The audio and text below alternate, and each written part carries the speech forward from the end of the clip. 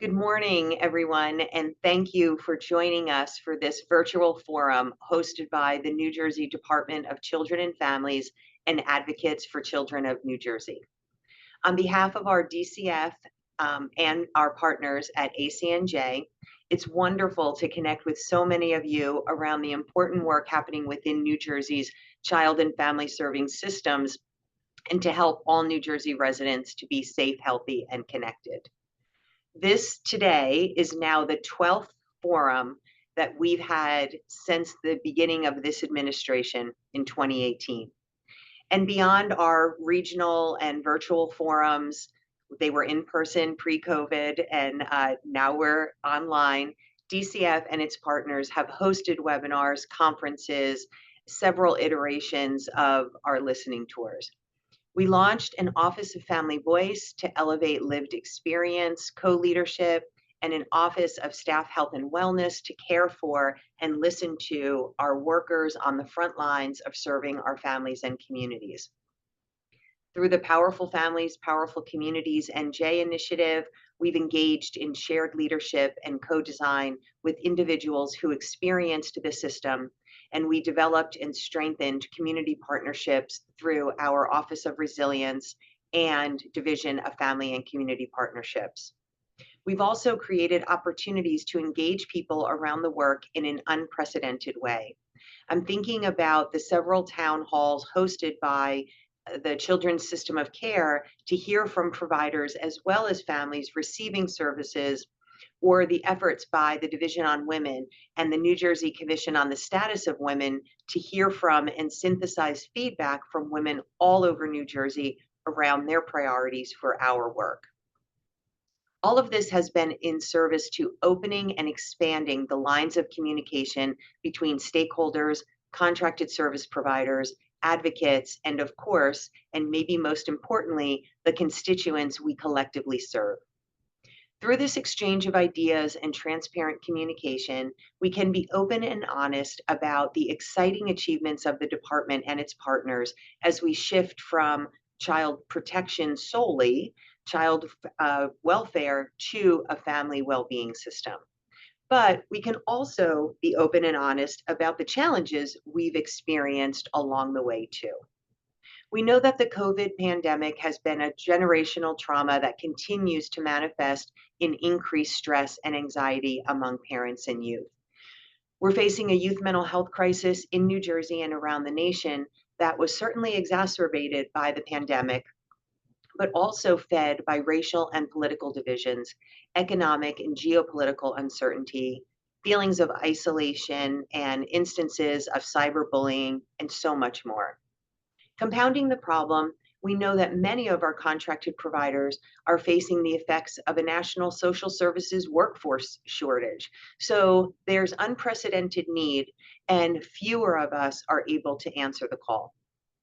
Despite this concerning fact, I remain optimistic about the direction of our system in New Jersey.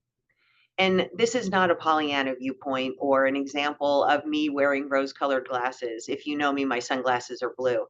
I'm truly optimistic because we've already seen what kind of change hard work, compassion, and collaboration can bring for New Jersey.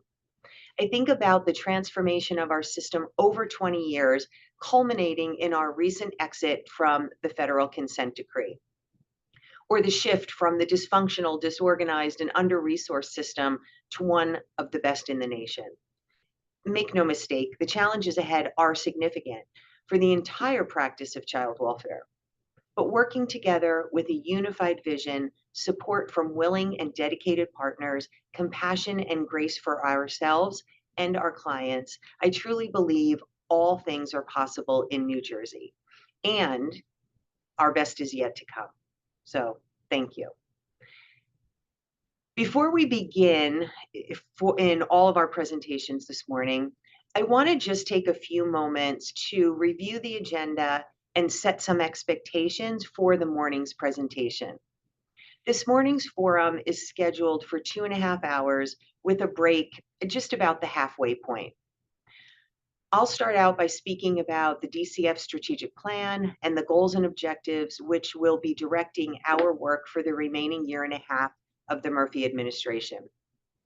I'll also provide a brief update on efforts around strategic planning for the New Jersey Task Force on Child Abuse and Neglect. As you may know, I'm the co-chair of the task force along with Mary Coogan, and we've been doing some work to develop the task force and its subcommittees to respond to and support the work happening in child welfare today.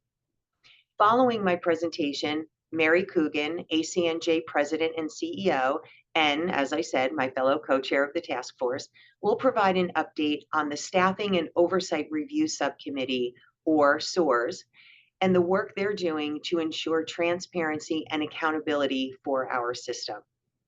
Dr. Nydia Monagas with the Children's Alliance will talk about the work we engaged in across many different disciplines to develop a problematic sexual behavior response framework for child-on-child sexual contact. Then we'll take a brief break before coming back and hearing from Dr. Rebecca Bryan about the DCF Office of Resilience and the work underway to respond to positive and adverse childhood experiences, or PACEs, in New Jersey. We'll hear from Brian Ross and Noreen Crosland from DCF Legal Affairs team about the New Jersey Language Access Law, a recently signed initiative to expand access to our services and important documents in the most commonly spoken languages in New Jersey.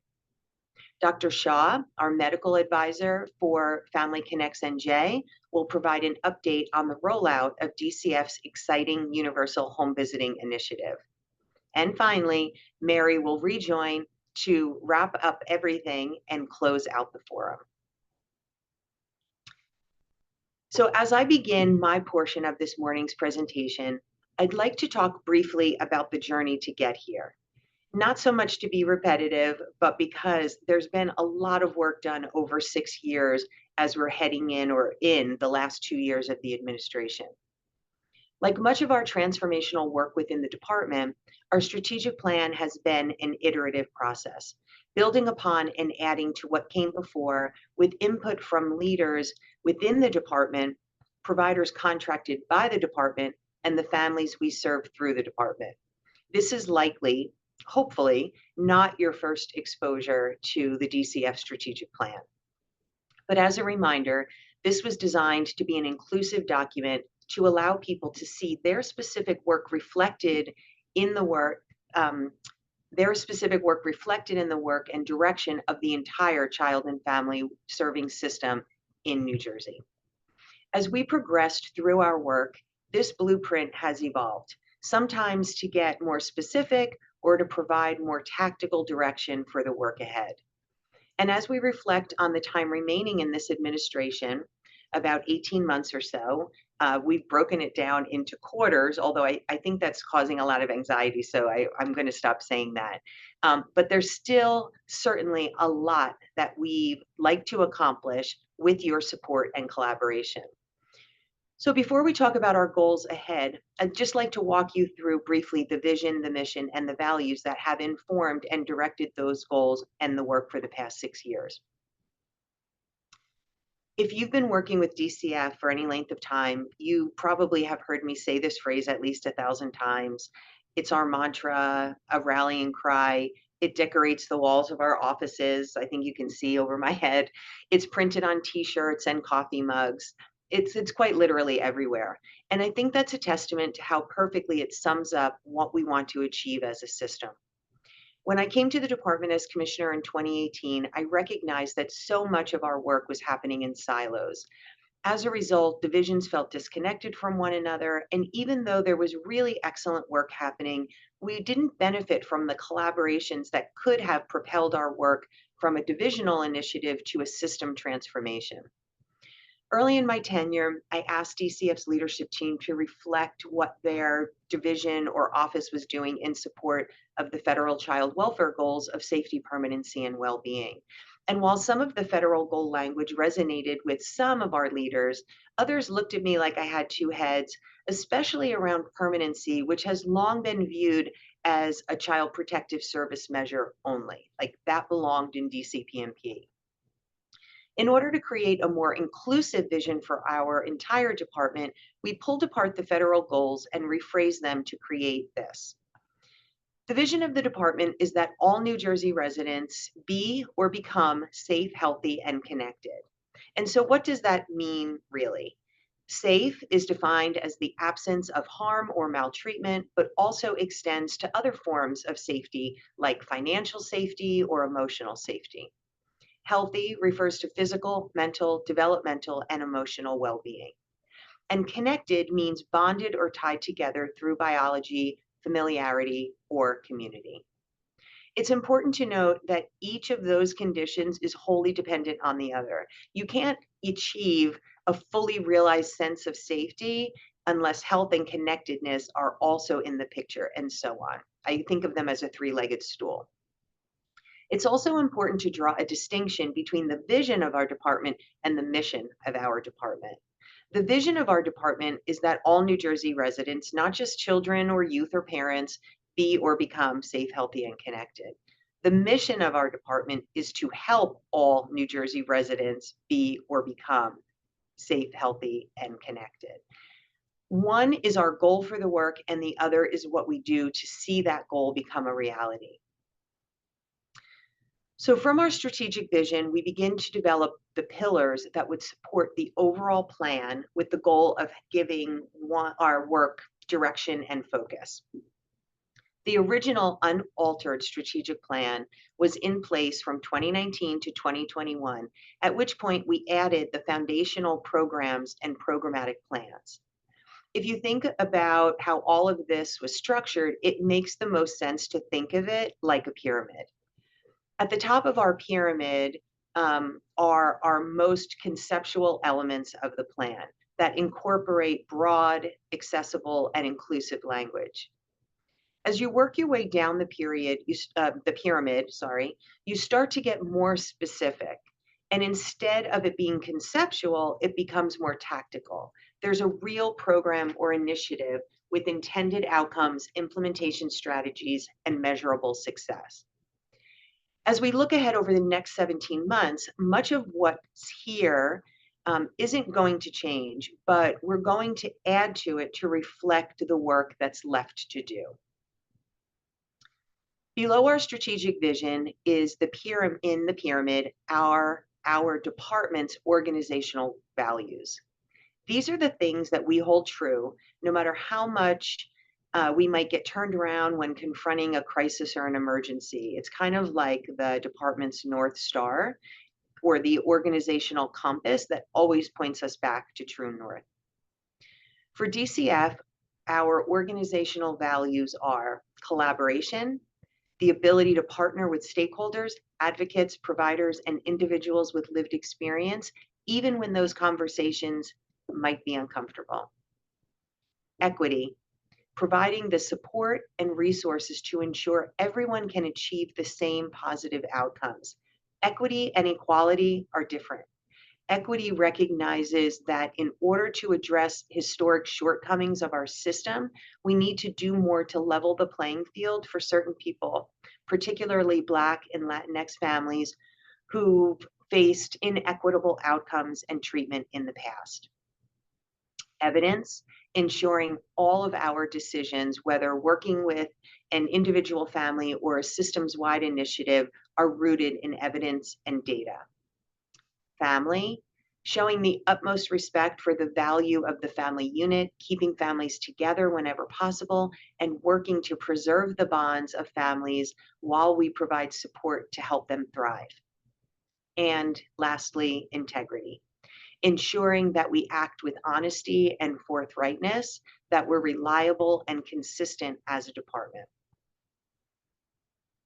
So after organizational values, we have our core approaches, which we want to embed in every aspect of the work that we do. I call this, or think of this as DCF Air, because it surrounds everything, it's all around us, and is necessary to sustain our efforts. And within those core approaches, we have race equity. We recognize that racial bias and systemic and institutional prejudices have impacted families involved in the system, whether through poorer outcomes, higher rates of separation, or longer time to permanency. Recognizing historical inequity, we're going to do something about it, giving families the programs, tools, and resources they need to achieve equitable results. Healing-centered practice. This refers to our work to move beyond just trauma-informed care, where we work on helping families heal from, recover from, and mitigate the negative effects of trauma. Many systems say they're trauma-informed. Many people say they're trauma-informed. But just because you can recognize trauma, it doesn't mean you're committed to doing something about it. And it's a lifelong learning.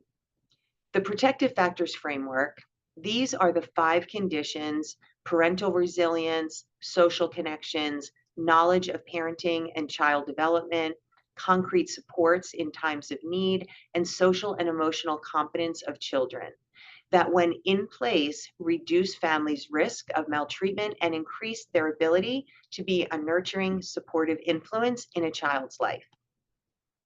Family voice, as I said in my welcome, we're being guided by the input, ideas, and priorities of people who have firsthand experiences with New Jersey's child welfare system.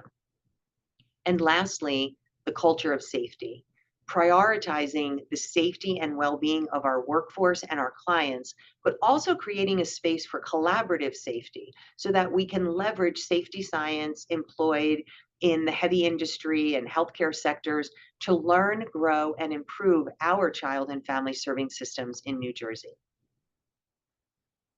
Next on the pyramid is a little bit of a cheat because we've got 2 things in one, but they're related and really carry equal importance and scope.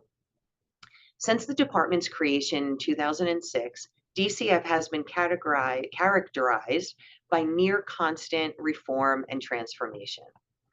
Our department was created in response to reforms of New Jersey's child welfare system, and we've embraced the change in a way that has propelled us forward, making and remaking the system to move us from a state of dysfunction to a national leader in child welfare outcomes. I want to point out that change comes in 2 varieties: reform and transformation. You may have heard me say this before, but reform is process language. We're satisfied with the thing we're trying to achieve, and we're just changing the path to get there. Transformation is intention language. That's where we take a closer scrutiny of our system and goals and ask, is this really what we want to achieve for families? But when we think about the arc of the change happening at DCF, it incorporates a continuum. We know that there are some things that we're currently doing well, and we need to continue to do those things well. Items like timely permanency or our work to support youth aging out of the system so that they get the best start possible. We know that there are things that we are doing now that we can do better. These things would fall squarely in the reform bucket. And lastly are the things that we are going to be doing differently. These are our transformative goals. Establishing protective upstream prevention as the driving force in the department and not just child safety. Both are important.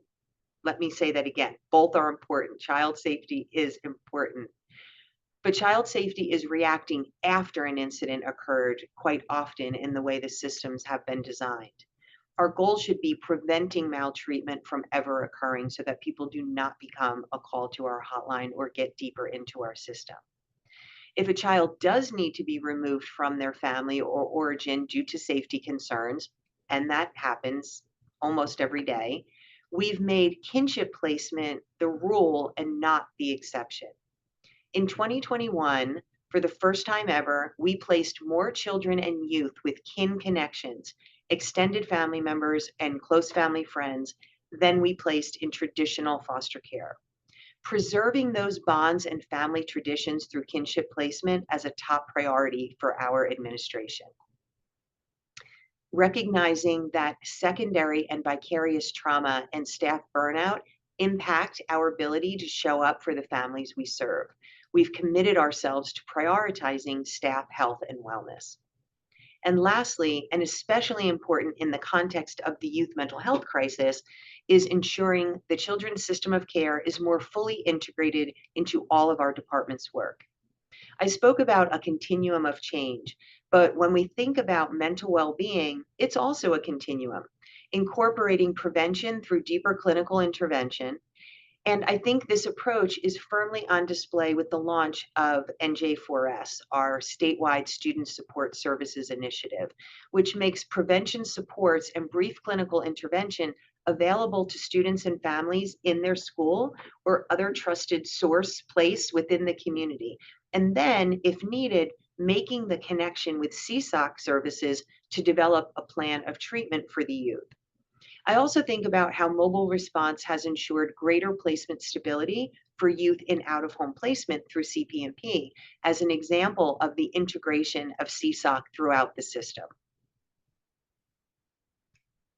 When we rolled out the strategic plan in 2019, we identified it as a 2-year plan with a need to reassess and reconfigure after the end of 2 years. But when we looked at the plan in 2022, it still seemed to resonate with our work and direction as a department.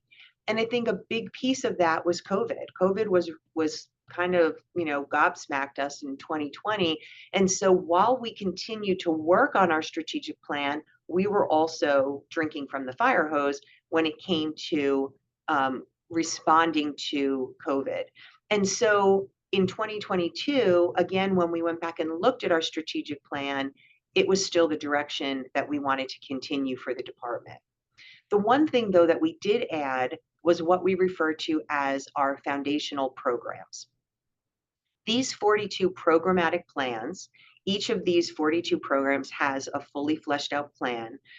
And these plans are employing standards of implementation science and project planning, and each with their own metrics and measurements for success represent the initiatives and supports that families, children, or youth might interface with the department. The work effort for each of these plans is reviewed monthly and rolled up quarterly, where the progress is reported out to me and the DCF executive team. I've said before that this is where the rubber meets the road for the work we do, and is much more specific than our global mission or vision of safe, healthy, and connected. So I'm not going to go through all 42 of these, but I'm just going to give you a minute to look at the list. Some of these initiatives might be familiar to you, and others might be relatively new. They're embedded in each of our 4 public-facing operating divisions and the Office of Education.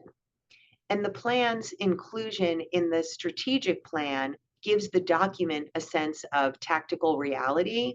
I think of this as strategy in action. We also recognize that the 42 foundational programs directly relate to the continuum of change I spoke about in one of the previous slides. We reviewed the 42 programs, and they fell within 2 buckets of our strategic focus.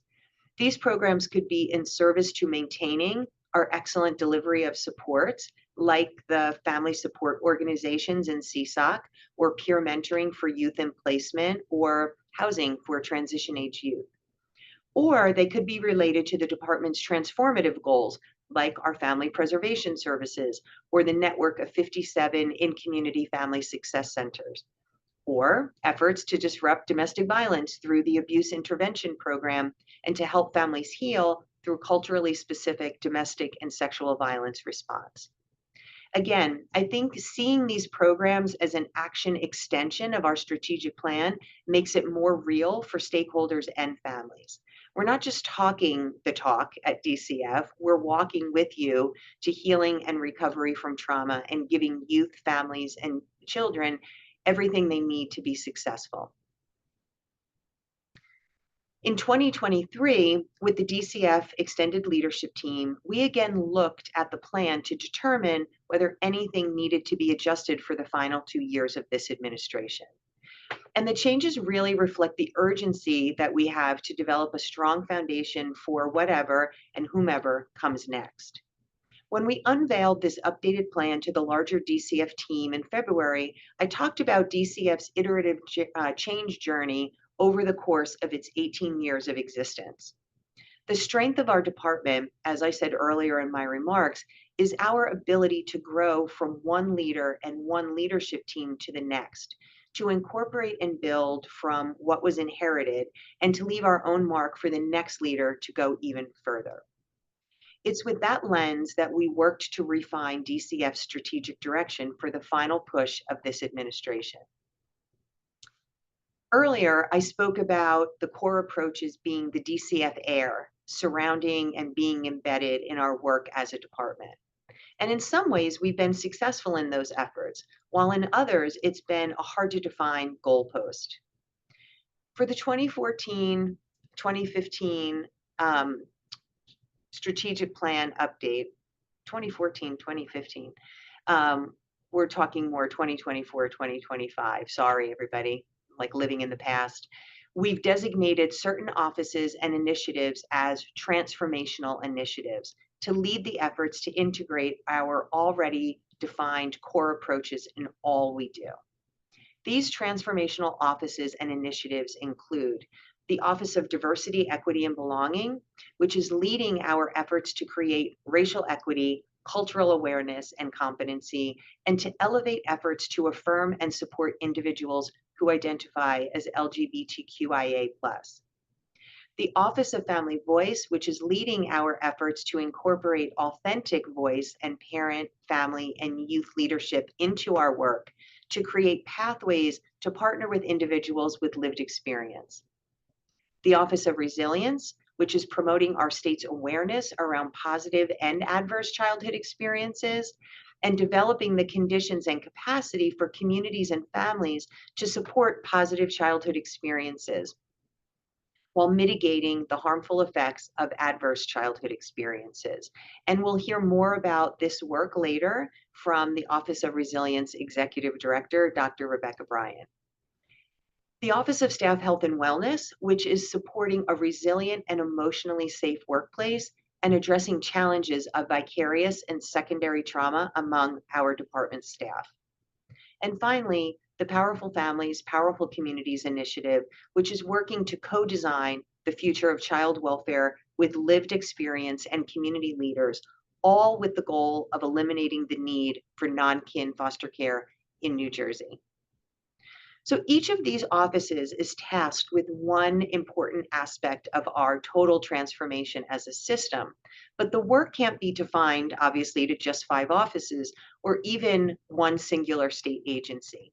We all have a responsibility to embed our department's core approaches of race equity, family voice, collaborative safety, healing-centered practice, and protective factors in all of our work to support children and families throughout the state of New Jersey. These 5 transformational offices and others within DCF, like our Office of Quality and the Office of Strategic Development, will be the mechanism to achieve the goal of infusing all of our work with the strategic core approaches and solidifying our transformation legacy within DCF. Beyond identifying the transformational initiatives to lead the charge around our department's core approaches, we also defined concrete goals with specific measurable objectives to clearly lay out the remainder of our work in this administration. These are items that we felt were achievable and would sustain transformation well into the future. In the next few slides, we'll go into more detail about what each of these goals encompass, but working across several strategic leadership retreats, these are the goals that were defined by the department leadership. Number 1 is to build and modernize the infrastructure, technological, financial, and workforce infrastructure to support and facilitate operations within the department. This has been something that we have been working on for the last 6 years and have been working to identify what it is that needs to change. And so now is the time that we'll be able to build on that. Number 2 is to partner with communities to ensure child maltreatment, intimate partner violence, and sexual assault prevention programming promotes protective factors, and effectively meets the diverse needs of all New Jersey residents. This is about moving the child welfare system to a prevention-minded child and family serving system. Number 3 is to embed the core approaches / our transformational initiatives into all DCF service lines and operations, which I talked about previously. And number 4, to deliver either directly or through our contracted providers, excellent services that lead to positive outcomes. So if you think back to our original strategic plan, this is the maintain service excellence component of that plan. So when we developed these department-wide goals, I'll admit that it was hard to determine where to start. We engaged in an exercise with our department leaders to identify the work that's currently happening that has long-term transformational potential or strategic importance. And we went around the room, like really walking around the room, placing Post-it notes on the walls of a large conference room. And once we agreed on our objectives, we were able to further refine and develop the overarching goals that we wanted to support, completing the circuit and creating a truly actionable and strategic scope of work for the entire department. On the goal of building and modernizing infrastructure, as I said, it covers a lot of ground. We identified the need for a departmental information management strategy that leverages existing resources with a focus on increasing transparency to New Jersey residents, meeting federal reporting requirements, including the data reporting infrastructure to allow us to capitalize on the availability of Family First funding, and ensure reliability, system security, and usability for caseworkers supporting families throughout the state. We included strategies to support the workforce needs of the child welfare system, including succession planning and leadership development, recruitment and retention, DCF department-wide staff training, and our work to support the provider and social services workforce in New Jersey. We incorporated sustainable financial strategies under the infrastructure goal with an eye towards effective procurement strategies, maximizing our revenue and return on investment from the federal government to our programs, and implementing the Family First Act plan for New Jersey. And finally, we included our departmental capacity to organize and lead change through project management best practices and the use of implementation science via our Office of Strategic Development and the creation of an IT project management office. Under the prevention-oriented goal, we included work to prevent families' unnecessary involvement in child welfare, such as the work of Powerful Families, Powerful Communities, or the work that we're doing to bolster NJ 211 as a family's first stop for material needs. We included the prevention of child maltreatment in institutional settings, including right-sizing our Institutional Abuse Investigations Unit and our Office of Licensing. And we identified far-reaching goals to transform the provision of support to families, like our work to explore how we pivot our system in such a way that families can receive in-home support rather than relying on group placement. As I said in my earlier slide, we're looking for our transformational initiatives and offices to lead the work around the implementation of core approaches in every practice within DCF. And while they will be leading the work, this is an effort that includes many different offices, including our Office of Applied Research and Evaluation, the Office of Communications and Public Affairs, and the Equal Opportunity Team, Employment Opportunity Team, in HR, and so much more. And finally, on the goal of delivering excellent services, we have quality improvement initiatives, our department-wide monitoring strategy for programs, implementing constituent services as a baseline for our DCF contracts, and supporting young people as they transition from DCF oversight and custody into adulthood. To be transparent, there are several important initiatives that also could have been included on this list that aren't here because we have limited staff and resources and time. I view the entire portfolio of DCF's work as vitally important and necessary to the safety, health, and connectedness of New Jersey's children and families. But as we focus our efforts on building a foundation for future transformation, these are the items that we identified as having the highest strategic or transformational potential.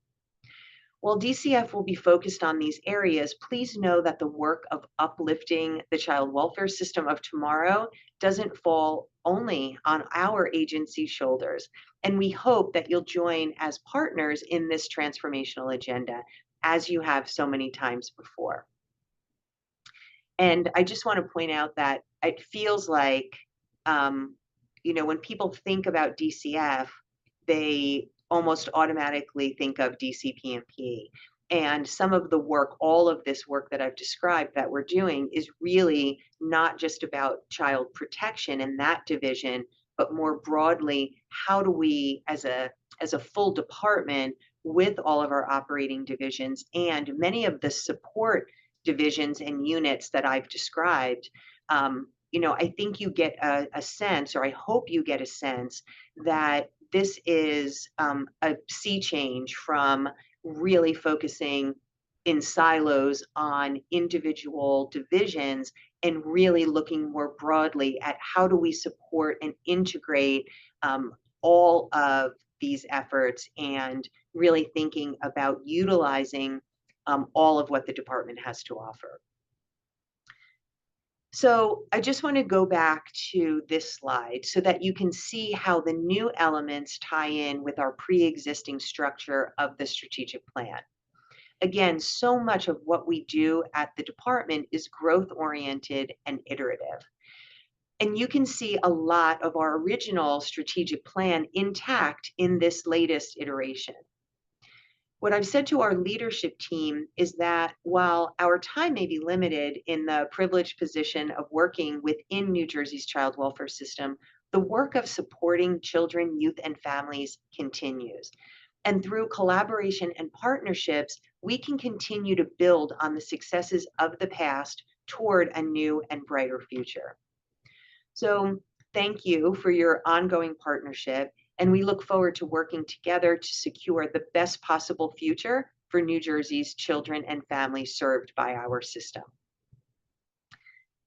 And so before I end my time and my presentation and invite Mary Coogan to discuss the next topic, I just want to take a point of privilege to discuss one final item. We recognize at DCF that our agency succeeds through collaboration and partnerships with a whole host of stakeholders inside and outside of the larger child welfare system in New Jersey. Nowhere in that partnership is that partnership more apparent than in the New Jersey Task Force on Child Abuse and Neglect. And we began to develop a strategic plan and a new strategic direction for the remainder of the administration, as we just talked about. We also began to embark on a strategic planning exercise with the members of the task force to find renewed focus and direction in support of the child welfare system of the 21st century. Many of you know that our task force was developed decades ago at a time when our system was really in crisis and we needed that additional support and scrutiny, quite frankly, on the work of the department. And so as the department has evolved over these last 18 years of the department, more than 20 years of reform, we needed and really wanted to kind of reconstitute the work of the task force to support that effort and that change. So while some of this is still in flux and hasn't been finalized by a full vote of the task force yet, but I do want to point out that we're starting to reimagine the subcommittees and the mission of the task force. So I will also just make a quick plug. If anyone on today's call is interested in serving on one of our task force subcommittees, you can email dcf.njtfcan which is New Jersey Task Force on Child Abuse and Neglect acronym, dcf.njtfcan@dcf.nj.gov to express your interest and explore next steps. But on the topic of modernizing our task force subcommittees, we're shifting from the protection subcommittee to the subcommittee on the safety of children, which includes all child serving systems and not just DCP&P, and facets of safety such as physical and emotional safety and well-being. Instead of the prevention subcommittee, we're looking to rename that to the Family Support and Child Well-Being Subcommittee, focused on in-community, non-stigma, and culturally appropriate services for all New Jersey residents intended to prevent deeper involvement in the child welfare system.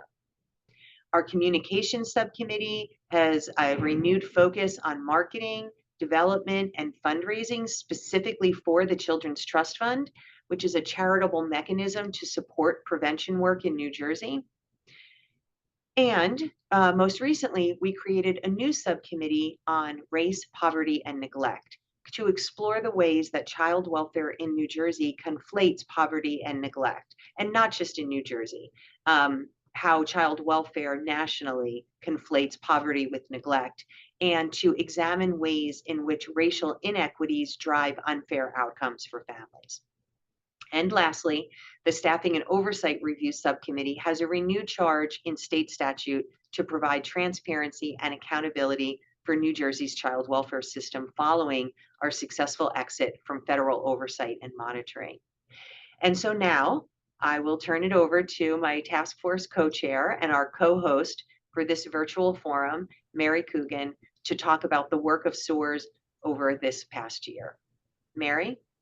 Thank you, Commissioner. Good morning, everyone. So as the Commissioner said, I'm going to give you an update on the Staffing Oversight and Review Subcommittee. That subcommittee is the only subcommittee of the New Jersey Task Force on Child Abuse and Neglect, which is created by statute. Can I get the next slide? Thank you. So as the Commissioner said, and as most people on this call know, New Jersey was able to exit out of a federal court order that was monitoring our child welfare system for over 20 years. The Staffing Oversight Review Subcommittee, which we commonly refer to as the SOARS, was initially created to look at staffing levels, recruitment, and retention of staff within the division as the reform efforts move forward. So in order to get out of the federal court order monitoring, one of the requirements was that the statute be amended to both restructure the membership of the SOARS and also to expand its responsibilities. Next slide.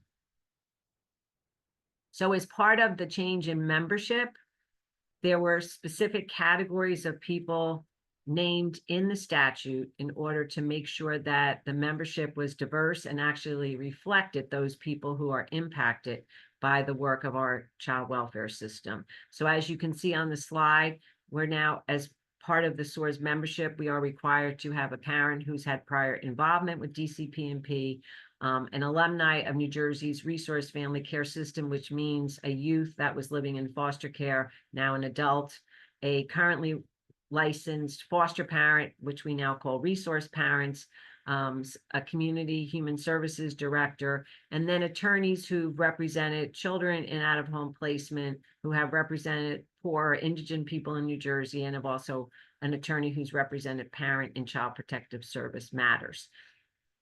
Other members continue to be on the SOARS. Currently, I believe there are 17 members, 13 of which are public members. The Assistant Commissioner for the Division of Child Protection and Permanency and the Commissioner are ex officio members of the SOARS. The other thing the statute did was said that the members should transition after 3-year terms. And the goal of that is to make sure we're always getting new perspectives on the SOARS in having the conversations we're going to be having regarding the work going on in New Jersey in our child welfare system. So current members were renewed for a year term, a 2-year term, or a 3-year term, and all of the new members who came on got 3-year terms. So I just point that out just so you know about a third of the SOARS committee are brand new as of the spring of 2023. Currently, the SOARS is chaired by Mary Grace Billick and Lisa Chaplin. Next slide. So the responsibility of the SOARS changed. So as I indicated, while the SOARS originally was created to look at staffing issues, thus the name, Staffing and Oversight Review Subcommittee, we didn't change the name of the SOARS, but the statute did add some additional responsibilities. So the SOARS also is supposed to review, analyze, and make recommendations regarding the department's performance in other areas, such as case practice, such as data collection, timely investigations, permanency work that the division does when children are brought to the attention of the division or placed into foster care. So the role of the SOARS, though, is different than what the prior court monitor had been ordered to do. The monitor was actually looking for DCP&P compliance with what was then a federal court-ordered settlement agreement. That agreement has ended, the litigation has ended, and the SOARS, while reviewing the performance of the division, is looking to make recommendations through its report to the legislature, the governor, and the task force on child abuse and neglect, and also to the public. So part of the goal of the SOARS is to make a report that includes data that is easily accessible and transparent, and people are able to understand and use the data in the report. That is a work in progress, which you will see the next report of the SOARS in December. Next slide. So as I indicated, many of the members of the SOARS are new. So the subcommittee did engage the Camden Coalition to assist in its work. The Camden Coalition, which I believe was founded in 2002, is a multidisciplinary community-based nonprofit, but they are looking to improve care, the care for people with complex health needs, but they also serve as one of New Jersey's 4 regional health hubs, collecting data and helping agencies to expand data sharing. So data is the work they do. So they've been extremely helpful, and I want to give a shout out and a thank you publicly to Colleen McCauley, who is the project director from the Camden Coalition, helping the SOARS subcommittee, and also her colleagues who have been gathering data from a variety of sources and helping the members of the SOARS to understand the data and to identify trends. And they've also, Colleen was instrumental in helping write last year's report, and they will be helping the SOARS write the report for 2024. The subcommittee also is assisted by DCF staff who attend the meetings regularly and provide data, explain data, and also the policy and practices behind it. So when people have questions or we're looking at a trend in data, staff from DCF are available to explain what might be the cause of a change in data. Next slide. So the SOARS cannot look at all issues every year. So this year they picked several issues that we're going to be focused on. That is the DCF Collaborative Quality Improvement Process, or their continuing quality improvement process, which we call COQI. They are also looking at solutions-based casework and the department's efforts to implement that statewide. And they will be looking at staffing issues, which the SOARS always did, and also looking at permanency for children involved with DCP&P. So I just am going to give you a short update on where we are on these different topics. So the Collaborative Quality Improvement, or COQI, focus is, the purpose of this is to create a collaborative problem-solving process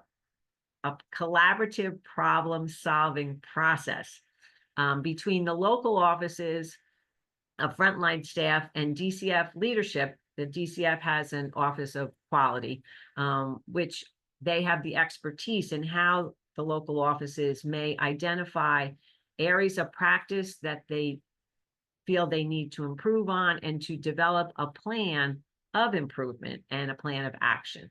So each office, all 46 local offices, are involved in this process with the assistance of the Central DCF Office of Quality Improvement and the area offices.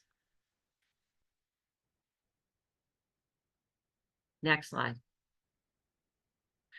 So to assist with this process, the department decided to incorporate a relatively new concept along the lines of their focus on including family voice in all aspects of their work. But they decided to, as part of the exit plan out of the federal court settlement agreement, was to make sure that the voices of parents and youth were incorporated into their quality review process.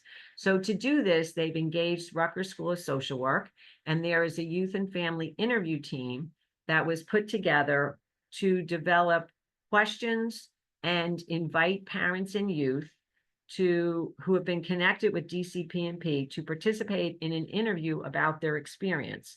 So the interviews are then transcribed and coded, and the information gathered is then anonymously shared with the local offices to help identify the strengths of that office and areas of improvement. This is not an easy process. It has taken a significant amount of time for the youth and family interview team to develop its questions, its coding process. They did, do a trial basis to make sure they were getting it right, and they have now started to conduct their interviews.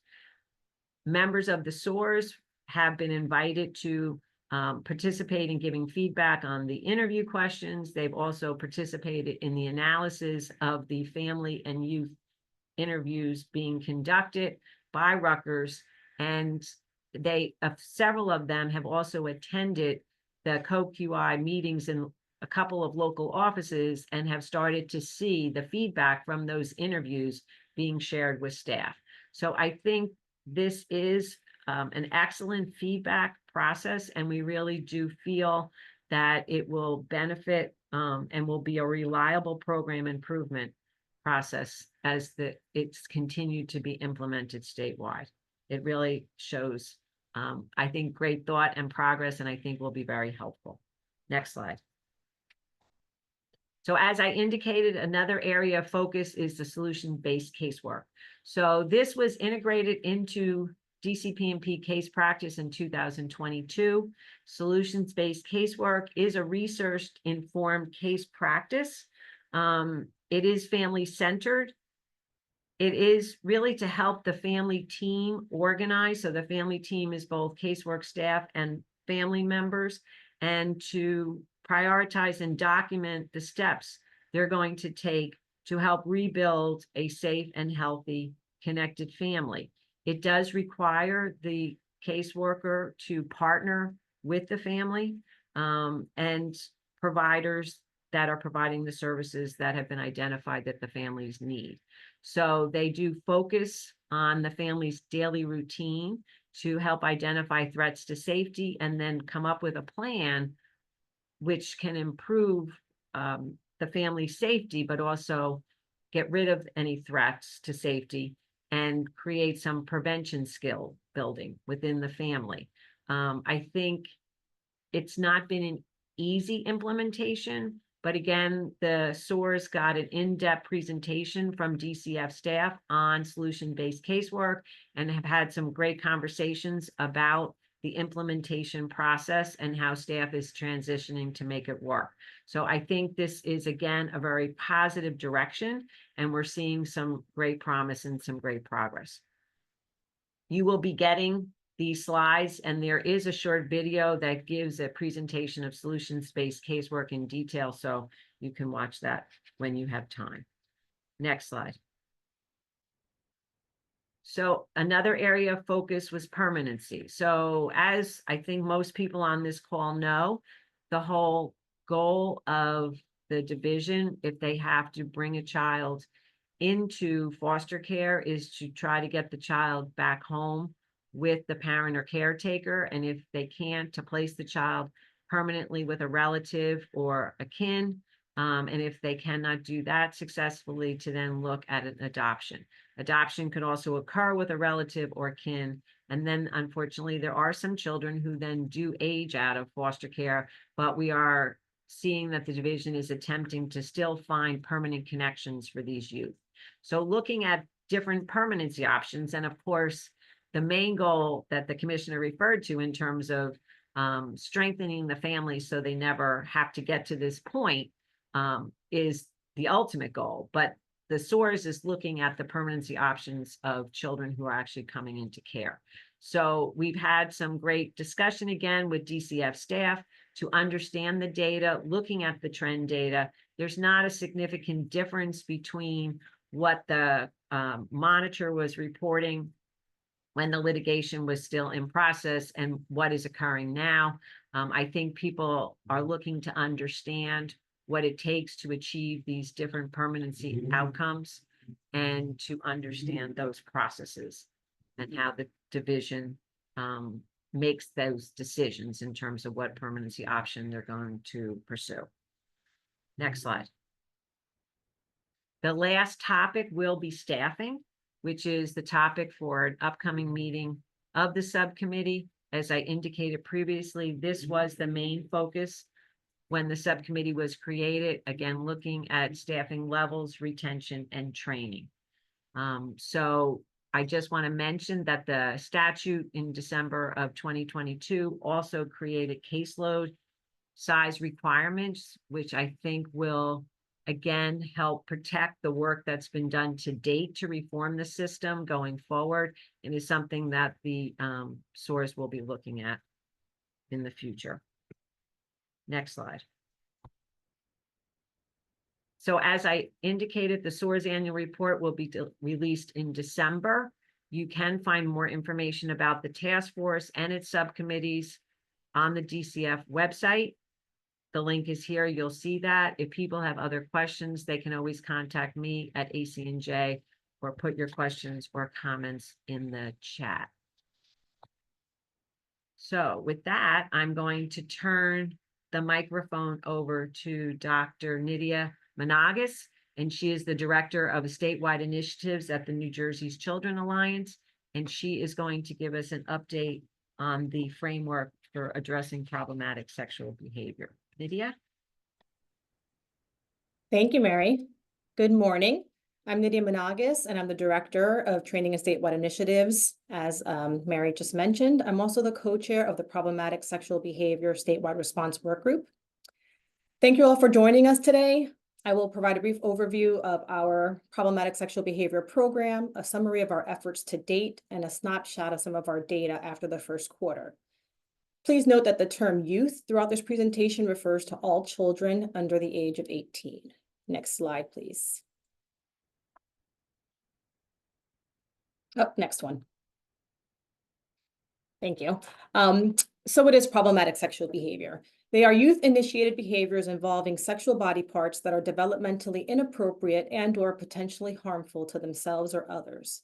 Problematic sexual behaviors in youth are not limited to an age range, cultural background, socioeconomic level, or family structure. Next slide. According to the data, many children in our communities have engaged in problematic sexual behaviors. Research indicates that more than 1/3 of sexual offenses against child abuse victims are committed by minors. And according to the National Children's Alliance, an estimated 25% of child sexual abuse cases seen at the child advocacy centers are youth-initiated. In New Jersey, our child advocacy centers and regional diagnostic and treatment centers reported that between 15 and 30% of child sexual abuse cases were also initiated by youth.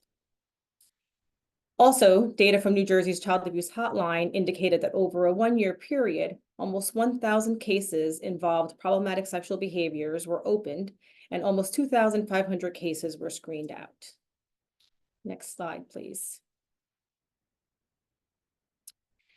Research studies have demonstrated that youth who engage in problematic sexual behaviors can be safely treated while remaining in their homes, communities, and schools. Most youth who engage in problematic sexual behaviors do not require restrictive or residential placement. Research studies have also repeatedly shown a low future sex crime rate among youth who engaged in problematic sexual behaviors.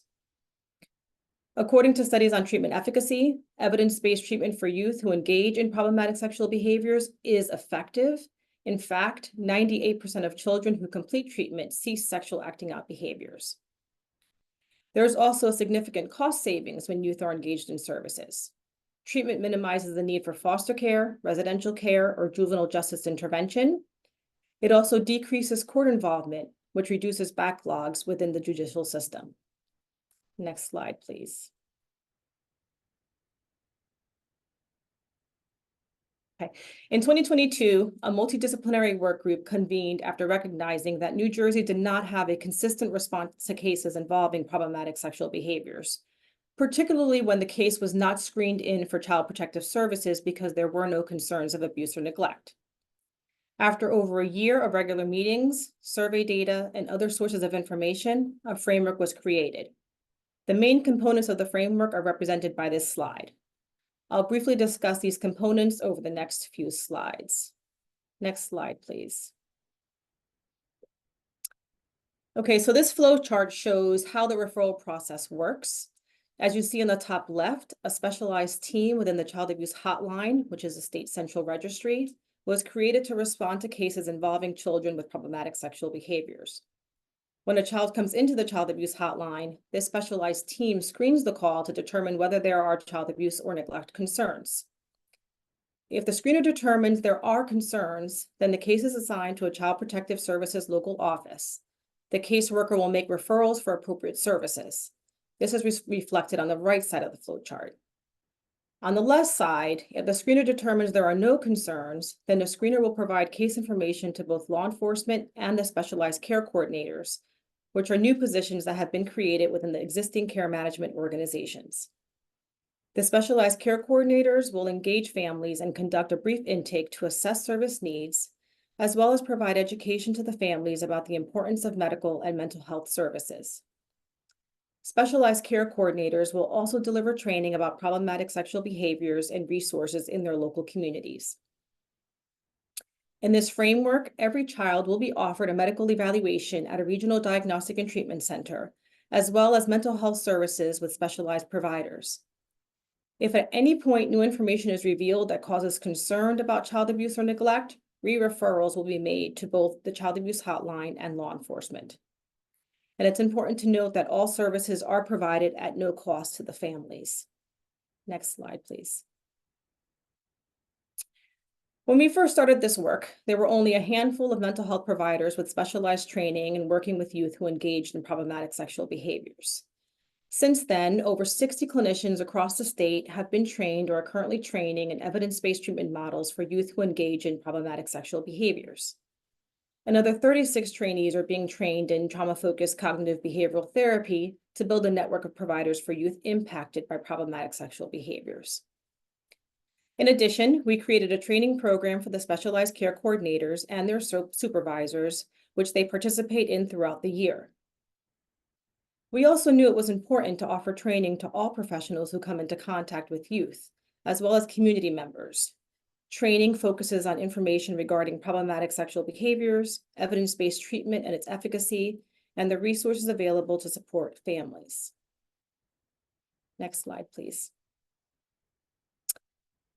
The Department of Children and Families has provided funding for all the components of this framework, including the specialized care coordinator positions that serve all 21 counties, the Child Treatment Assistance Fund, which allows youth who engage in problematic sexual behaviors and youth impacted by problematic sexual behaviors and their families to access services at no cost. Program support for the problematic sexual behavior program, which includes staff positions and other related program expenses, as well as ongoing training for providers to continually build our referral base. Next slide, please. In the area of oversight and quality assurance, we hired a PSB program manager, Stephanie Bailey, who was hired in December 2023 to coordinate all components of the program. She provides training and technical assistance to the specialized care coordinators, facilitates regular meetings with SCCs and provider agencies, and oversees data collection, among other things. We will be hiring a data analyst to analyze the data, create reports for dissemination, and make recommendations for program improvements based on that data. In addition, we established a PSB advisory board, which is charged with reviewing trends of the program, problem-solving issues and barriers that arise in the program, evaluating the effectiveness of the program processes and procedures, and addressing program sustainability. Next slide, please. While we began training providers and stakeholders in 2022 and training specialized care coordinators in 2023, the new referral process did not begin until this March. Here's a snapshot of some of the data that we collected since we implemented this new referral process. In March, the SCCs from 8 of the 15 care management organizations began accepting referrals. By May, 14 of the 15 care management organizations were accepting referrals. The 15th joined in June. As you see in the table, in the first quarter, specialized care coordinators received 248 referrals from the child abuse hotline. 41% of those referrals involved youth who engaged in problematic sexual behavior, and 59% involved youth who were impacted by problematic sexual behavior. Next slide, please. With regard to engagement, specialized care coordinators made contact with 154 caregivers and completed 101 intakes over the first quarter. Of those families who participated in the intake, 32 youth were connected to medical services and 47 youth were connected to mental health services. All families that complete intakes are provided with information and resources regarding problematic sexual behaviors, and in many cases, families who decline to participate in an intake are also provided information and resources. Next slide, please. As I mentioned earlier, specialized care coordinators provide presentations to youth and family serving agencies and community organizations. They have conducted 85 presentations and trained over 2,000 individuals. Agencies receiving training include family success centers, family support organizations, school-based youth services and other school staff and programs, Child Advocacy Center, multidisciplinary teams, child protection and permanency local offices, court employees, and various children's system of care programs. If anyone on this call is interested in receiving information or training, my information will be on the last slide. Next slide, please. Okay. So some of our next steps include implementing Plan Street, which is a data management system that is being tailored to our needs. We hope to go live in the next several weeks. As I mentioned earlier, we're hiring a data analyst to manage all of the data we're collecting and be able to use that data to inform program improvements. We'll continue to track program outcomes, provide ongoing training and technical assistance to our specialized care coordinators, and provide ongoing training for providers, stakeholders, and community organizations. Next slide, please. Okay, that's all I have. If you have any questions, please email Stephanie or me. And as they mentioned earlier, you'll receive these slides, so you'll have our contact information. Thank you all for being here, and we will now have a 5-minute break.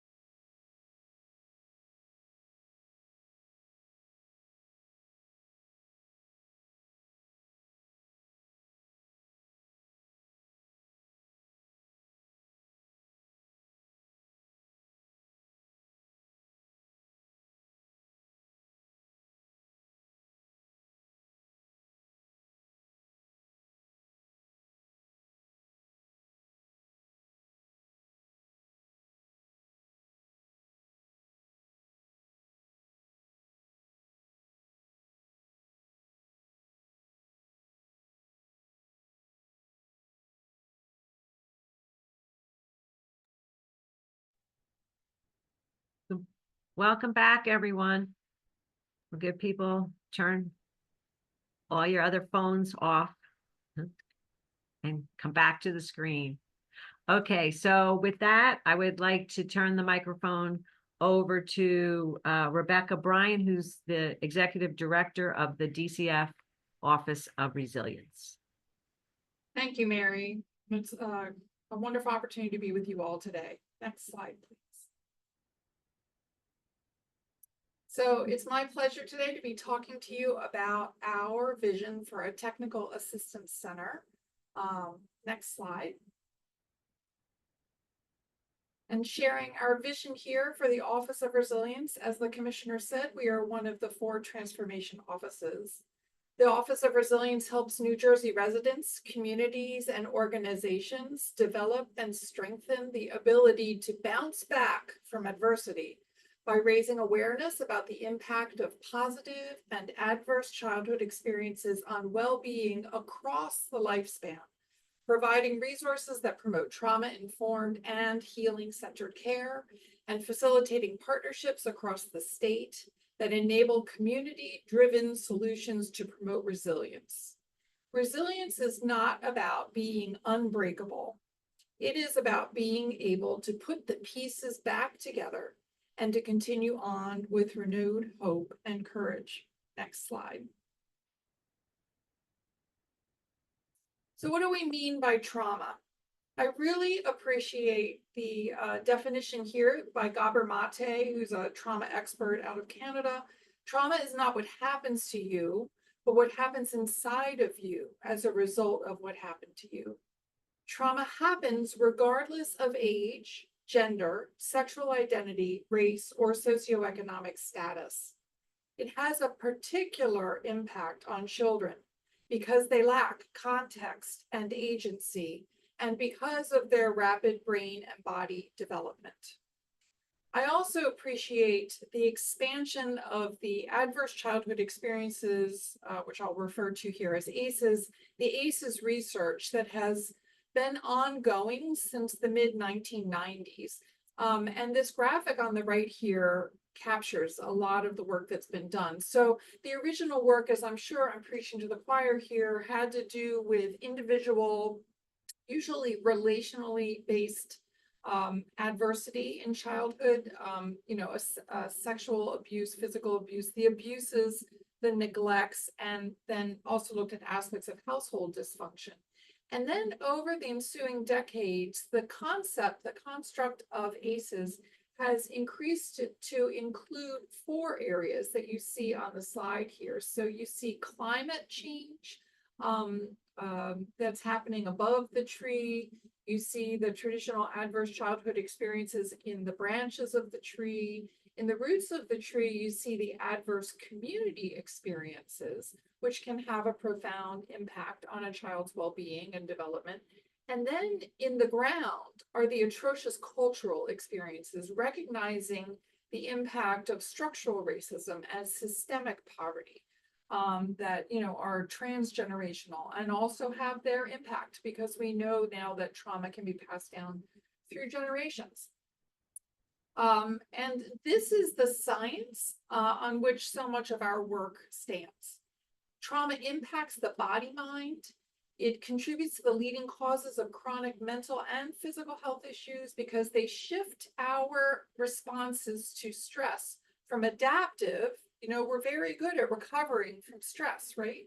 But when it's chronic, when it's toxic, when it overwhelms the coping mechanisms, then our stress responses become maladaptive. They don't work so well anymore. And from this ever-expanding body of knowledge, this near science, neuroscience, epigenetics, adversity, and I would say positive childhood experiences, and resilience science has emerged that guides trauma-informed approaches to engagement with one another, whether it's adults with children or adults with other adults, including in the workplace. Next slide. And the other side of the coin, since about 2019, there's been a ever-expanding body of knowledge about positive childhood experiences. which are experiences that occur when children are growing up in safe and stable, nurturing relationships. And they are the other side of the picture. You know, one of the things I love to say is that our lived experience becomes our biology. Traditionally, that has focused on the adversity, the challenges, but that can be very heavy, very negative, and can feel a lot of generate hopelessness, even though we do know that we can heal from adversity. But what's wonderful with this positive childhood experiences knowledge is we're recognizing that positive childhood experiences exist right alongside the adverse childhood experiences. It's not a linear continuum, they exist together. And they engage with one another such that if you have a high number of positive childhood experiences, it actually has a mitigating impact on the risks conferred by ACEs. So this is our wonderful infographic that our amazing DCF communications teams created not long after I joined the department. And you can see here Dr. Christina Bethel's work with the 7 categories that she recognizes. What I also appreciate about PCEs, positive childhood experiences, is they can point the way to what we should be focusing on as we consider how organizations work and how we can support families to reduce toxic stress levels so that there's an increased likelihood for these to occur. Next slide. So why trauma-informed approaches? Trauma-informed approaches are gaining momentum across society. And I love this. It's across sectors, right, that you see here, because they utilize the best scientific evidence to help prevent avoidable harm, build resilience, promote healing, engagement, and empowering. Trauma is a common, harmful, and costly public health problem. And there's enough research that demonstrates that when organizations choose to make a transition to become trauma-informed, it really can make a difference in terms of not only outcomes, but so much of what you heard the commissioner speaking about, the staff well-being as well, and creating a sense of safety, not only physical, but emotional and psychological, reduces the likelihood of burnout at work, many benefits to it. So this is the work, again, that the Office of Resilience is doing. Next slide. We are basing our approach on SAMHSA's principles of trauma-informed approach. And you see here that the foundation of any trauma-informed approach is safety. And again, that's not only physical safety, it's emotional safety, psychological safety, it's also moral safety, that the decisions that are being made feel right. Building on that foundation, you have organizations that promote trustworthiness and transparency. And on top of that, there is a sense of peer support. So again, whether that is children in similar situations getting to meet with other children who have similar situations, or families who have similar situations getting to talk to one another. Also, I'm going to go back to the organization, that organization staff feel like they have support from one another. Out of that grows a sense of collaboration and mutuality, which encourages empowerment, voice, and choice, and is always honoring and recognizing the impact of cultural, historical, and gender issues. Next slide. At DCF and at the Office of Resilience, we want to take it a step further. You heard it in the commissioner's discussion about the core values of DCF, and that is that we are moving towards being healing centered. It's very important to move through the steps of becoming trauma-informed to get to this point, right? But we're really leaning into an organization run by Dr. Sean Ginwright that's called the Flourish Agenda. And these are their principles for a healing-centered approach. It includes recognizing culture as a source of resilience, leaning into individual and collective power by conferring a sense of agency, strengthening relationships, recognizing that having a sense of meaning and purpose in all that you do it profoundly impacts us and promotes resilience. And then really focusing towards the aspirations that anyone, whether they're trauma impacted or not, should have a broad array of possibilities, of opportunities put before them so that they can be the most that they were created to be. Next slide.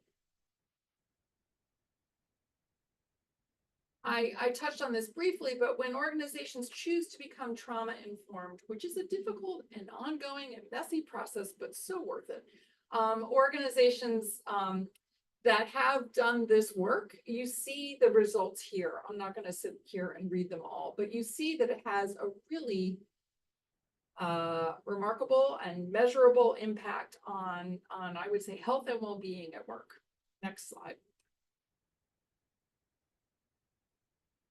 And that leads us to our vision of creating what we're calling the Healing New Jersey Together Technical Assistance Center. So our Technical Assistance Center will be virtual. We'll be creating a website that will enable access to anyone in the state of New Jersey. Honestly, whether you're in New Jersey or not, you can access it. It will have these different components here. Next slide. So the first is this, what we're calling a trauma-informed definitions continuum. It's based on the Missouri model. And so what we're saying here is that the first step on the journey is to become trauma aware. And that's really when you first learn about it. What you're learning about is that trauma is common, as I said. It has an impact on our health and well-being across our lifespan. And it's an invitation to shift your paradigm. So when you see behaviors that you don't understand or outcomes that you don't understand, instead of asking what's wrong with you, you ask what happened to you. Because we know now that when you understand the trauma, you understand the behavior. The next step is to become trauma sensitive. That's organizations and individuals who are now wrestling with this, right? They're learning more. They're beginning to apply it. They find out that it's messy. They start questioning, is this just letting people off the hook, right? Or is there something more to this? The step beyond that is to be trauma responsive. Now it's become an everyday part of your language. And you are embracing this. You're actively working to integrate it. If it's an organization, they're looking at their policies and their practices. And they're really listening to employee voices. If you're in community, you're recognizing community voice. Again, it's really becoming a part of the daily language conversation. And then finally, the move to healing-centered practices, which is recognizing that people are more than their trauma, and that, again, they have a right to thrive. And so what does it take to do that? And how do you do that? Next slide. Our second initiative is we are making available the Trust Assessment Tool. This is an organizational assessment tool that lets you see just how trauma-informed you are.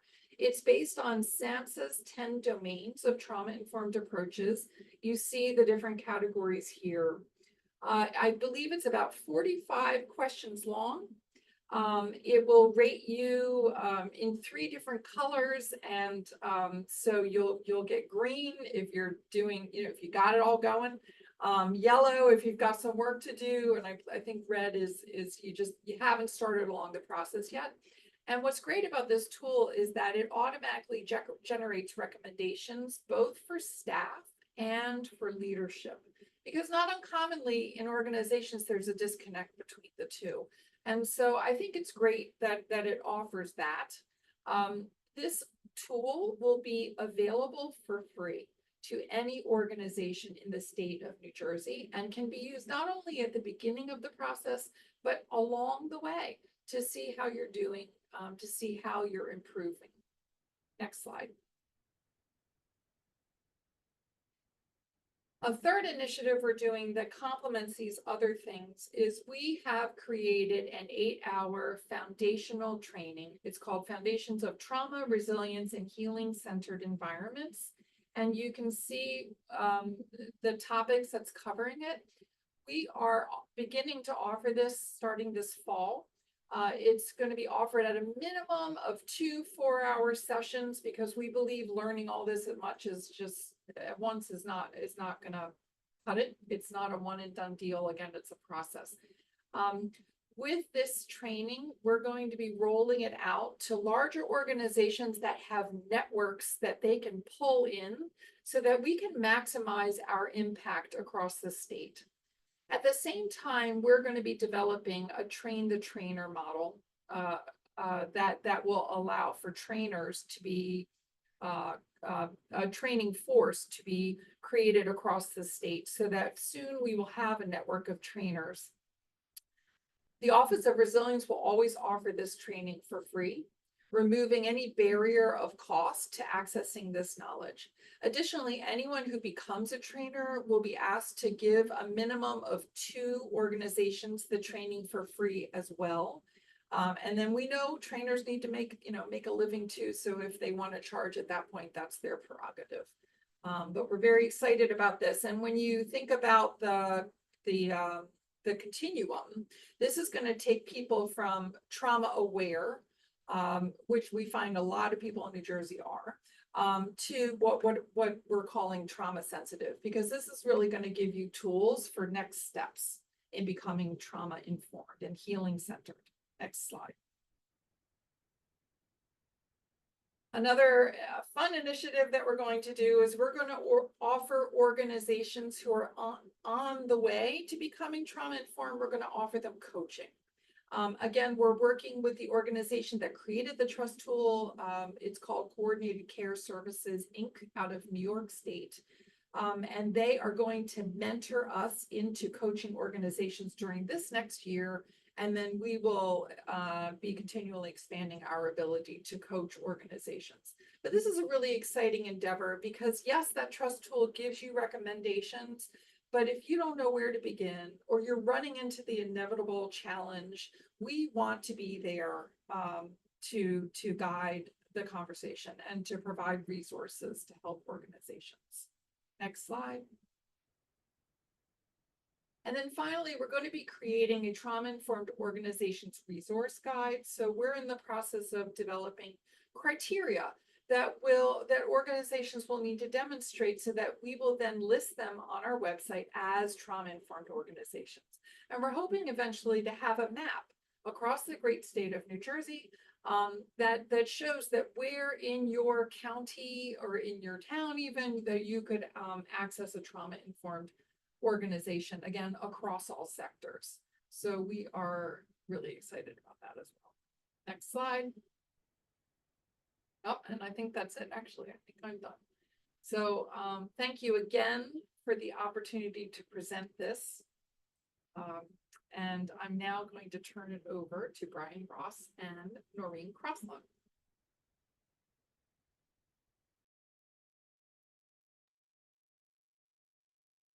So, hi everybody, how are you doing today? So we are here today to talk about the language access law and our efforts to comply with a legislative mandate that came down earlier this year to require state agencies to make our forms, applications, and other public-facing materials available in a much broader range of languages than we previously have.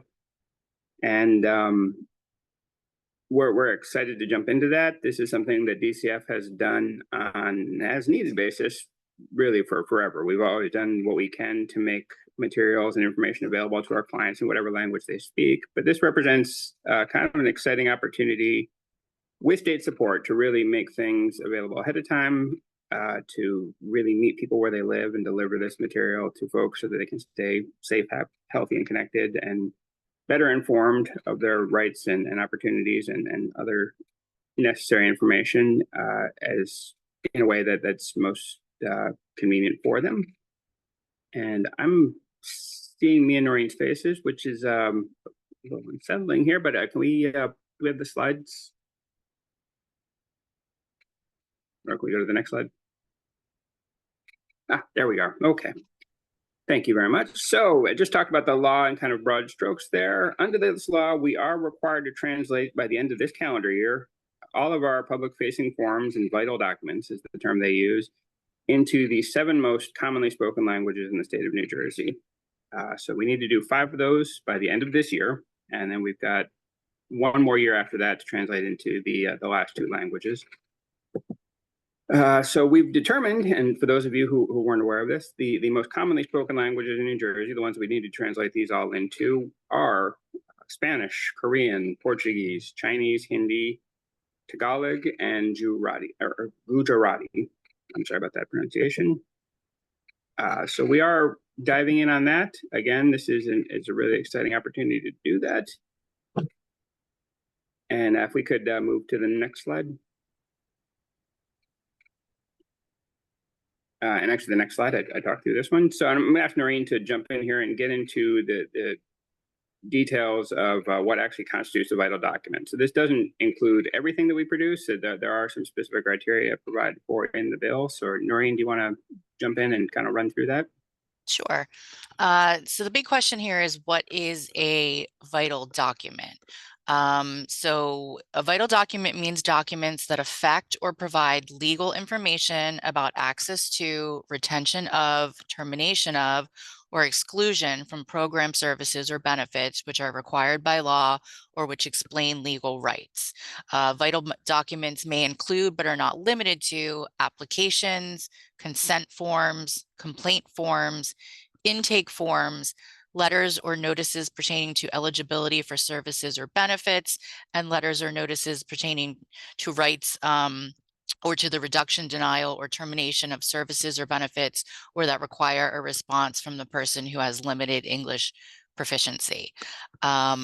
Vital documents shall not include vital records or certified copies thereof, such as birth certificates, death certificates, marriage licenses, or government-issued forms of identification, such as driver's licenses or non-driver identification cards, newsletters, data reports, or releases when such newsletters, data reports, and releases are unrelated to program services or benefits. Next slide, please. So what is DCF required to do? So far, we have identified the 7 languages required for translation. We've undertaken a review of our policy manual forms. We've engaged divisions and offices to review their forms and determine if they have any vital documents. And we have compiled a list of forms to translate. Next slide, please. So what is our plan? We will begin the procurement process to translate documents in August or September, and we will continue to work with the divisions and offices to translate new policy forms and documents. Next slide, please. If I can jump in before we move on. Sure. So we want to make clear too, this isn't just a matter of a very rote translation of all these documents into these 7 languages. Although that is a huge part of the effort, the legislature has anticipated that this is going to be an ongoing and evolving process, that as the need for documents and materials in other languages emerges, or emerges in discrete areas that are kind of unique to individual departments, that we need to make sure that we are addressing those as they arise. So they really do envision this being a continual process, and that we'd start to make everything available in languages that may not be anticipated, may not be these 7. For example, I know in the Newark area, we have historically had some need for forms and documents in the Creole language, in Russian, in Arabic, languages that aren't being covered by this particular effort, but things the legislature anticipates that we will be addressing as those needs arise. So this is really the start of a bigger effort and an ongoing process and approach to this, more so than a discrete and short-term effort just to get into these 7 languages that have already been identified. And I'm sorry about that, Noreen, go ahead. No, that's okay. And just to add to that, like you said, those 7 languages were identified through the census. So as the census changes, we may need to also change what languages, we're utilizing year to year. Next slide, please. So the contacts for this project are myself and our director, Joe Pargola, who couldn't be here today. Here is our information if you want to reach out to us directly. And next slide. I think that I did. Yeah, yep. It was just, again, if you have any questions, please put them in the chat and we can address them later, or you can reach out to myself, Joe, or Brian directly. Next, we're going to hear from Dr. Shaw, the medical advisor for Family Connects New Jersey. You can go to the next slide, please. Good morning, everyone. I'm here as the medical advisor to Family Connects New Jersey. It's our newest evidence-based universal home visitation program that was established to really help support the continuity of care in the postpartum period. So I'd like to get started with the next slide. So what is Family Connects New Jersey? The Family Connects New Jersey is a universal postpartum home visitation program that was established in July of 2021 when Governor Phil Murphy signed it into our legislature. And it fits into the greater Nurture New Jersey Strategic Plan, which is really focusing on making New Jersey the safest and most equitable place to have a baby and raise a family. As New Jersey, we are the second state in the nation to legislate a statewide universal newborn home visitation. And once our program is available in all of our 21 counties, we will be the largest implementer of a statewide universal newborn home visitation program. Next slide. Our eligibility for Family Connects New Jersey services is really meant to encompass all families in New Jersey. So these are birthing families, resource families, adoptive families, and families who are experiencing a stillbirth or neonatal loss. These services are not mandatory, they are voluntary, and they are completely free to all families that live in New Jersey. So far, we are live in 5 counties, and we're going to be continually expanding services, which I'll share with you in the next several slides. The law establishes that a nurse or nurse practitioner is the one to conduct these visits within a family's home within the first 2 weeks after birth. And the law also required that the model be evidence-based as approved by the U.S. Department of Health and Human Services. And based on that requirement, we selected Family Connects International, but branded it as Family Connects New Jersey to represent that we've kind of New Jerseyfied this model to fit our state and our state's needs. Importantly, these services are available to all families, regardless of their insurance status or their immigration status, as well as their income level. Next slide. At its core, Family Connects New Jersey really is about having a nurse come to the home, help support a family in that newborn period, so that that family can then better bond with their baby and with their family in general. This is supported through a framework of community alignment, which I will describe in a subsequent slide, as well as monitoring and evaluation. So we have partnered with Johns Hopkins University to help make sure that what we're doing stays evidence-based and we're really reaching all of New Jersey. As DCF and through our model developers, Family Connects International, we're providing oversight and guidance as our nurse providers are the community partners who actually perform the services on our behalf. Next slide, please. So these are meant to be extended visits that really support the enhancement of maternal and child health, as well as well-being, with a goal of reducing health complications for birthing folks and for their newborns. This is an important service to really support the care that's received in the hospital and support that continuity between the hospital and when folks are finally making it to their healthcare providers in the postpartum period. This is really meant to help support folks in the first 2 weeks postpartum because most maternal complications occur in the postpartum period. And by having a nurse in the home at that time, potentially complications could be identified that would otherwise go unaddressed or become more serious before becoming addressed. After participation in our program, we have found that birthing people are more likely to attend their postpartum visit. And through Family Connects International, there's evidence that supports that participation in such a program actually reduces parental anxiety and depression. And in peer-reviewed research through Family Connects International, there's much less utilization of emergency services. So in the first year of a child's life, folks who participated in Family Connects International were 50% less likely to seek emergency medical care for their newborn and a 33% reduction in child emergency medical care through the age of 5 years, probably because of increased engagement with their medical homes. When the nurse actually visits the home, there's really 4 domains that nurse is assessing in the home visit. So importantly, the nurse is supporting healthcare. That means a physical assessment of the mother, a physical assessment of the baby, and review of the healthcare plan, ensuring that families know who their medical homes are and assisting with creating appointments if they haven't been made or addressing any barriers to getting to those appointments, such as transportation needs. The nurse is then supporting the family in how they're going to care for their infant. So do they have access to childcare plans, such as high quality childcare? How is the parent-child relationship? How's that bonding going?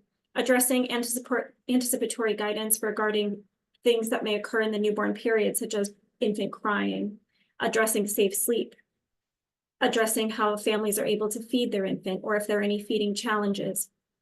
The nurses are also addressing if there are supports to promote a safe home and a safe home environment. So that may look like providing household safety material supports, such as smoke detectors, carbon monoxide alarms, ensuring that the newborn has a safe sleep environment. Also addressing family and community safety concerns, as well as addressing any history that a family may have had with parenting difficulties. And lastly, the nurse is there to really support the families.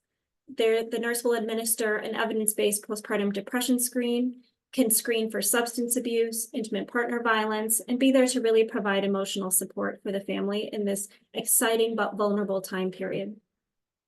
I mentioned community alignment on a previous slide. When the nurse actually goes into the home, the nurse is going with an agency directory that's being curated by community alignment specialists. So through this program, there is a community alignment specialist housed in each of the 21 counties in the Connecting NJ hubs. And this community alignment specialist is the bridge between a family and community resources. The community alignment specialist curates an agency directory that allows the nurse to then directly in that visit link a family to a support service that's available in the community. And the community alignment specialist can ensure that these are high quality referrals. To follow up that the referral was successful, there's a post-visit connection call that's made by Family Connects New Jersey staff to make sure that the family's needs were addressed and that they were successfully referred to a resource. Next slide, please. We are very excited about this program, and so we have launched a paid ad campaign with a focus on digital media to help support outreach and engagement with our community and our families about our program. There's organic media such as op-eds and articles that you may see around. We're also engaging our medical community by providing outreach presentations to staff at multiple levels at all of the birthing hospitals in our initial catchment areas. And we're trying to outreach to as many members in our community and stakeholders, all of our outreach materials, which are available on our website. Families can then sign up through the Family Connects New Jersey website or by calling or emailing the Family Connects New Jersey team. All of that contact information is available on our outreach materials as well as on our website. Depending on the birthing hospital and the relationship with their patients, there's a direct referral process that may be happening at some of our hospitals. Some of our hospitals are able to utilize the electronic medical record to get information to families. At some hospitals, we actually have Family Connects New Jersey staff going to the postpartum units to engage with families and enroll them right then and there in that postpartum period. And we're also working on integrating with Connecting NJ self-interest forms as well as the perinatal risk assessment. We're encouraging folks and families to enroll as early as possible with scheduling occurring of appointments at the 36-week mark. Prior to the 36-week mark, families are engaged on a pre-enrollment basis, and so they continue to interface with our program and program staff.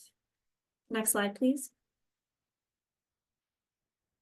So I mentioned that we're rolling out in a stepwise fashion. So currently our services are live for any family that lives in Essex County, Middlesex County, Mercer County, Cumberland County, and Gloucester County.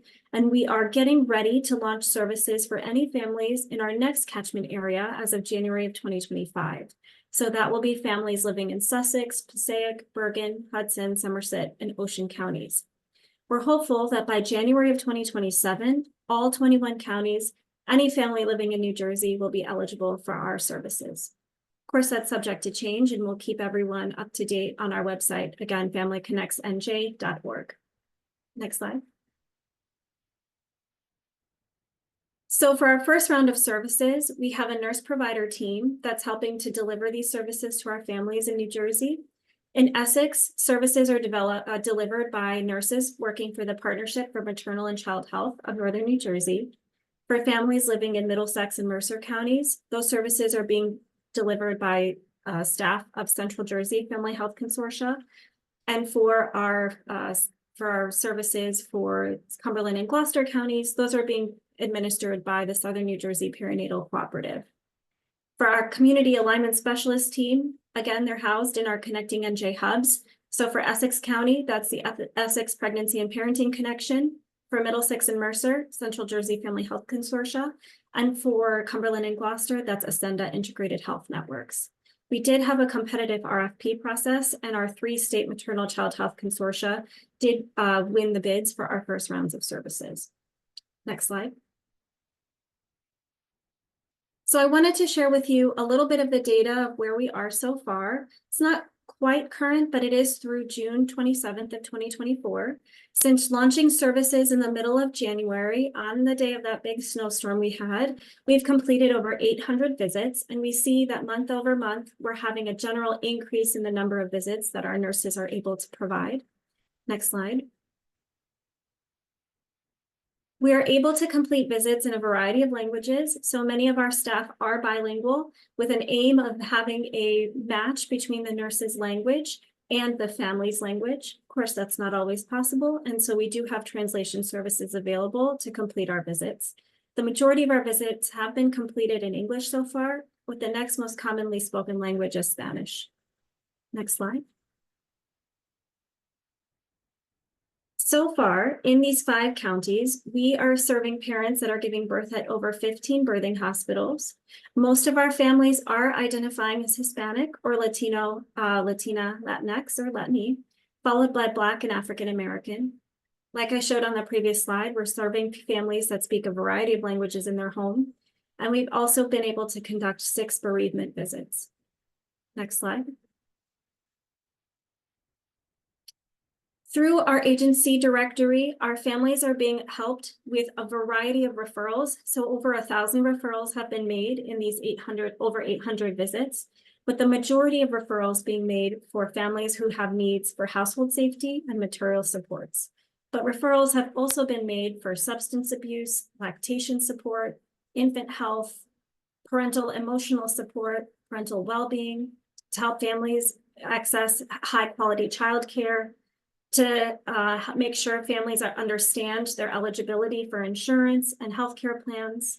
And importantly, and this is what's so vital to our program, is that 14.5% of the visits conducted statewide, the nurse has actually been able to identify a symptom or an issue that needed a medical referral in that visit back to their prenatal or pediatric provider, or in some cases, the emergency department, because there were important warning signs that were identified by the home nurse, such as signs and symptoms of preeclampsia, post-cesarean infections, and infant feeding concerns. So this really gets to the heart of what we're trying to do here, which is support families in that postpartum period where there tends to be a gap in when the family is discharged home from the hospital and when they're finally seeing their healthcare provider in that 4th trimester. And we're here to try to make sure that we're supporting the health and wellness of families in that period. Next slide. So we're presenting because we're hopeful that all of us can spread the word about this program and this resource that's available. As I mentioned, it's voluntary, it's free, and it's not mandatory. So it really requires someone having heard about the program and have interest in the program, or importantly, have a trusted partner, share with them about the program and encourage them to enroll. So on our website at familyconnectsnj.org, there is a spread the word section, and all of our materials for outreach are available on that website. So we have information flyers that are one-pagers. We have a social media toolkit that can be shared on either your personal or professional social media accounts. We have focused videos that are both in English and Spanish. We have printable fact sheets for families in multiple languages. And we also have videos and fact sheets targeted towards the medical audience as well. Next slide. So Andrea Jackson is our Deputy Director for the Division of Family and Community Partnerships. She can be reached at her email address there, or I can be reached at my email address shared on this slide.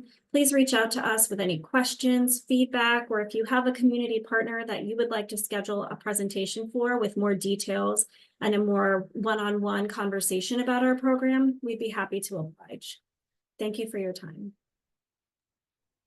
Thank you very much. So I think we actually provided a lot of information in a shorter time than we thought it was going to take. I know some people put some questions in the chat, which have been answered by Commissioner Byer and myself. I don't know if people were looking at them. I do think, Teresa, I see your last question about how providers and partners can help. I think one of the main things would be to really share the information the information that was shared today, but I think also the basic concept that the world of DCF has changed and the focus has changed, and there'll be more information coming out, but I think all things are moving in the direction of prevention, and I'll let Commissioner Byer say more, but I think even about the visiting nurses and the information about the translation services that are going to be happening and translated materials, I think is really important. And the information about how kids who have problematic sexual behaviors, there is a different avenue of treatment. And we really want to encourage parents to access that treatment that takes away the stigma, and they don't have to get involved with Child Protective Services. So lots of opportunity to share. Yeah, thanks, Mary. And I wanted to test your question live because I think it is important for everyone to hear, following up on what Mary said. I would also encourage all of our providers to go back and revisit and look at your goals, your, existing work efforts, new work efforts or initiatives that you have planned to see, do they align with the information that we've presented on the core approaches to the work. How does it impact equity? How are you incorporating family voice or even your own staff voice into the work that they're going to be doing? And so I think I would hope that our providers and all of our partners would really start to think about these concepts more deeply in your existing work. And I think there's a lot of opportunities for us to continue to partner. And, anyone from DCF is available to be able to come out and support you, or any changes or things that you want to make, or presentations to boards of directors about the change and the shift to prevention first organization and child welfare system. Okay, so two of the other questions concerned the video and information being made available. Within a week, we should have this video on both the DCF website and the ACNJ website. We will share a link to all of you if we have your email addresses as well. And we do ask that you then share it with friends, colleagues, families, etc., so we can get the word out about the status of different programs. I think I'm not seeing any other questions in the chat. I want to thank all our presenters for actually being very efficient in their presentations. And I think with that, we can give everybody back a half hour of time, if that's okay with people, unless people have other questions. No, the last question is, thank you, great information. Thank you very much for that feedback, and we appreciate everyone joining us this morning. Take care.